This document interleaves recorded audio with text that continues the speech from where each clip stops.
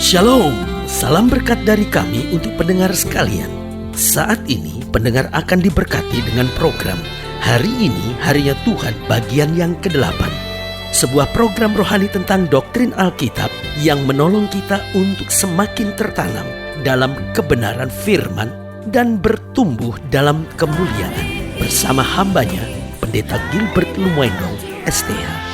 Banyak orang merasa doktrin Alkitab sebagai sesuatu yang membingungkan. Tetapi tahukah saudara bahwa doktrin Alkitab intinya adalah memahami Alkitab dengan benar, dengan pemahaman yang sistematis, sehingga kita terus dapat tertanam di dalam kebenaran firman, sehingga kita terus bertumbuh di dalam kemuliaan Allah. Buka hati saudara sekalian untuk menerima berkat-berkat firman-Nya hari ini. Masa muda adalah masa yang sangat indah, tetapi jika kita dapat mengaturnya dengan betul.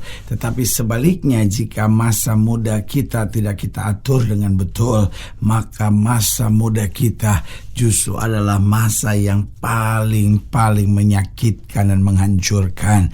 Pertanyaannya, bagaimana supaya masa muda kita menjadi masa yang sangat indah? Yang pertama saya pelajari, jika kita mengenal Tuhan dan hidup di dalam jalan-jalannya. Tidak ada yang lebih indah di masa muda kita kecuali dari masa muda kita mengenal Tuhan. Karena dalam Tuhan kita mendapatkan petunjuk, dalam Tuhan kita mendapatkan kekuatan, dalam Tuhan kita mendapatkan jalan-jalan kehidupan yang benar. Karena itu masa muda yang paling indah adalah jika dari masa muda kita sudah mengenal Tuhan, kemudian hidup di dalam jalan-jalannya. Karena jalan-jalan dosa menghancurkan, jalan-jalan dosa mengkhawatirkan, jalan-jalan dosa merusak hari depan. Tetapi jalan-jalan firman, jalan-jalan kebenaran menuntun kita pada kemuliaan. Jadi masa muda yang paling indah adalah ketika di masa muda kita mengenal Tuhan dan hidup di dalam jalan-jalannya. Yang kedua, masa muda kita menjadi masa yang sangat indah jika kita mempersiapkan destiny atau cita-cita kita dengan benar. Persoalannya seringkali kita nggak punya goal of life, kita nggak punya tujuan hidup, kita nggak punya destiny, kita nggak punya cita-cita, sehingga selalu kita pikir ya udahlah, terserahlah, apa yang mau terjadi terjadilah. Sehingga masa muda kita menjadi masa muda yang membingungkan, masa muda kita menjadi masa muda yang tanpa arah. Tetapi jika kita persiapkan destiny kita dengan betul, kita atur goal of life, tujuan hidup kita dengan betul, kita atur cita-cita kita dengan betul, maka kita persiapkan dengan baik dan akhirnya kita akan melihat hari depan yang cemerlang. Haleluya. Dan yang ketiga saya pelajari, masa muda kita akan menjadi sangat indah jika kita pandai bergaul dan memilih teman. Nah, ini persoalan yang sangat penting.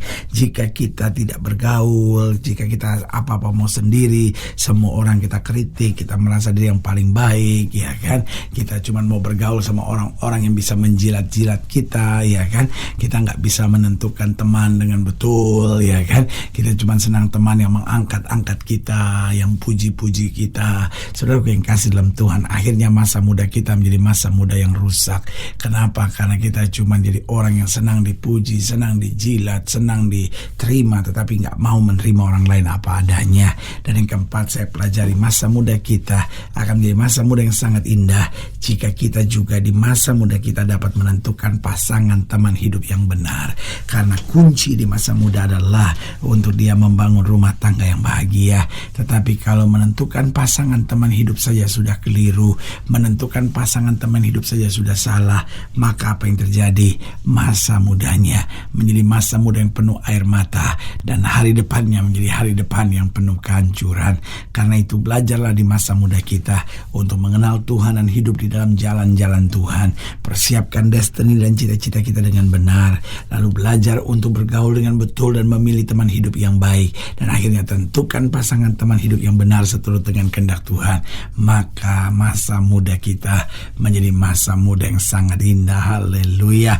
Selamat datang dalam program kita hari ini, Harinya Tuhan, sebuah program rohani yang kembali mengingatkan kepada kita betapa pentingnya kita menjadikan firman Tuhan sebagai dasar keseharian hidup kita. Karena selama kita jadikan firman Tuhan sebagai dasar keseharian hidup kita, langkah-langkah ke depan kita penuh dengan kepastian, kemenangan, berkat, mujizat, dan perkara-perkara besar. Haleluya. Dan dalam program kali ini kita sedang membahas tentang mencari Tuhan dari masa muda. Ini penting sekali untuk kita memahami, penting sekali untuk kita mengerti bagaimana kita perlu mencari Tuhan dari masa muda kita. Nah, saudara yang kasih dalam Tuhan, pembahasan kita dalam program ini dalam pembahasan tentang mencari Tuhan dari masa muda. Kita mau sama-sama belajar dari 2 Tawarikh pasalnya 34, 2 Tawarikh pasal 34 ayat yang pertama sampai ayatnya yang ke-7. 2 Tawarikh pasal 34 mulai dari ayat yang pertama sampai ayat yang ke-7 di bawah judul perikop Raja Yosia dan pembaharuan yang dilakukan Yosia. 2 Tawarikh 34 ayat pertama sampai ayat yang ke-7. Demikianlah firman Tuhan. Yosia berumur 8 tahun pada waktu ia menjadi raja, dan 31 tahun lamanya ia memerintah di Yerusalem.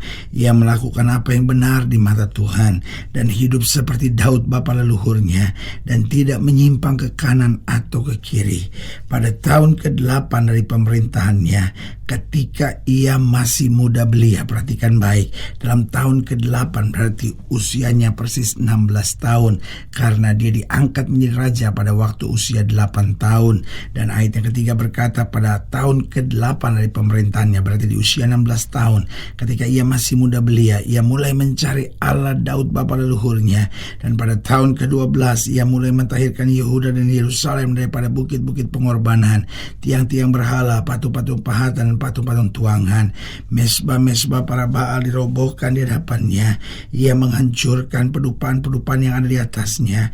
Ia meremukkan dan menghancur luluhkan tiang-tiang berhala, patung-patung pahatan dan patung-patung tuangan, dan mengamburkannya ke atas kuburan orang-orang yang mempersembahkan korban kepada berhala-berhala itu. Tulang-tulang para imam dibakarnya di atas mesbah-mesbah mereka. Demikianlah ia mentahirkan Yehuda dan Yerusalem, juga di kota-kota Manasye, Efraim dan Simeon, sampai di kota-kota Naftali yang di mana-mana telah menjadi reruntuhan.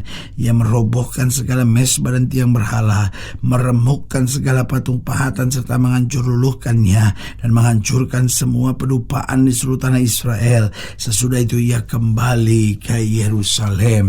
Saudaraku yang kekasih dalam Tuhan, dari ayat-ayat bacaan ini jelas kita dapat melihat dan mengambil kesimpulan bahwa Raja Yosia mencari Tuhan dari masa mudanya.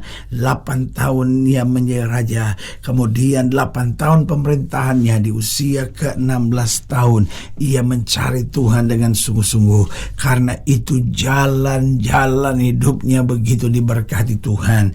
Nah, pertanyaannya, bagaimana kita sebagai orang tua dapat membimbing anak-anak kita sehingga dari masa mudanya telah mencari Tuhan? Saudaraku yang kasih dalam Tuhan, saya baca ayat bacaan ini, saya menjumpai bahwa bukan hanya sekadar Yosia yang hebat. Kenapa bukan hanya Yosia yang hebat? Karena dari usia 8 tahun dia sudah mulai mencari Tuhan. Artinya ada orang tua yang mengajarnya untuk takut akan Tuhan. Ada orang tuanya yang mendidiknya untuk dekat dengan Tuhan. Saudaraku yang kasih dalam Tuhan, ada pembimbing-pembimbingnya yang membawa dia mengenal Tuhan dengan betul. Dari sini kita dapat memperhatikan bagaimana fungsi orang tua sangat menentukan agar anak-anaknya dari masa mudanya mencari Tuhan. Yang pertama, bagaimana supaya anak-anak kita dapat mencari Tuhan di masa mudanya? Yang pertama, sebagai orang tua, tanggung jawab kita harus memberi teladan dalam kasih dan kebenaran. Artinya bukan hanya ngomong tentang Tuhan, artinya bukan hanya mengkhotbahkan anak-anak kita tentang Yesus, tetapi kita beri teladan untuk hidup dalam kasih dan kebenaran. Kita boleh ngomong tentang Tuhan, tapi kalau kita sendirinya kasar, membentak, memaki, hidup di dalam perzinahan, hidup di dalam kebohongan, kecurangan, anak-anak kita melihat kita hanya sebagai pemain sandiwara ulung.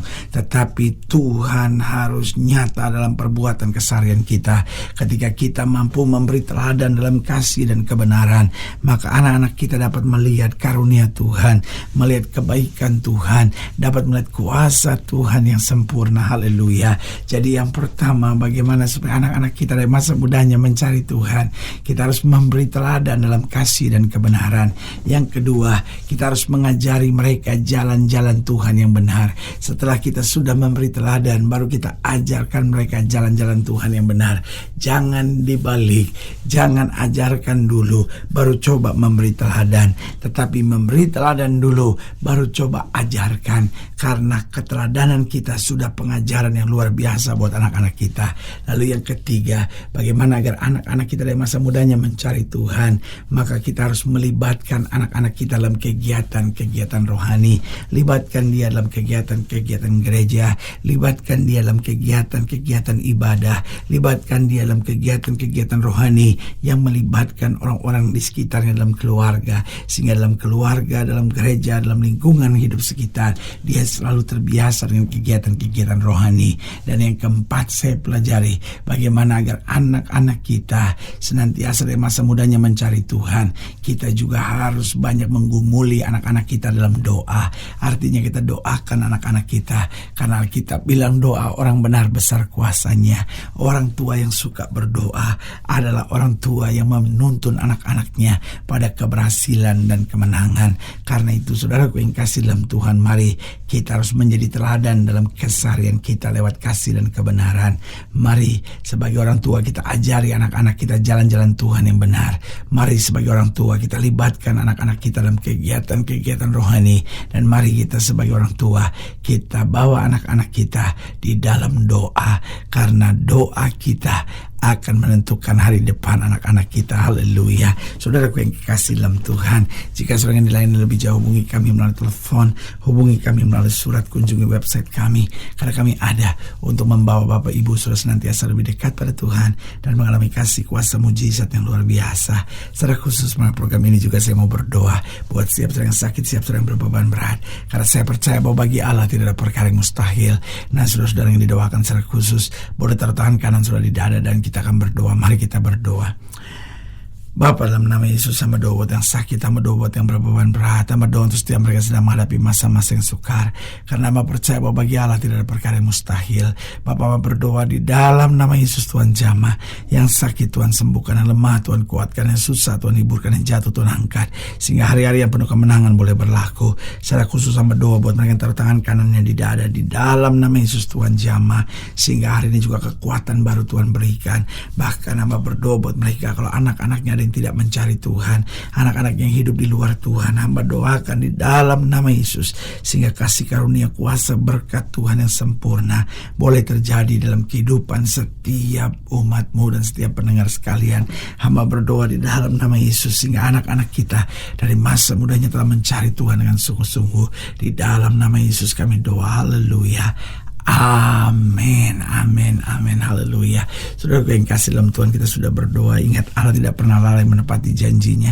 Inilah saatnya buat kita untuk bangkit, bersemangat, bersukacita dalam menghadapi segala perkara, karena kita tahu Yesus hidup, Yesus berkuasa, dan selalu menyediakan yang terbaik buat anak-anaknya. Doa saya menyertai saudara. Sampai berjumpa pada program berikut, dan jangan lupa, jadikan hari ini harinya Tuhan.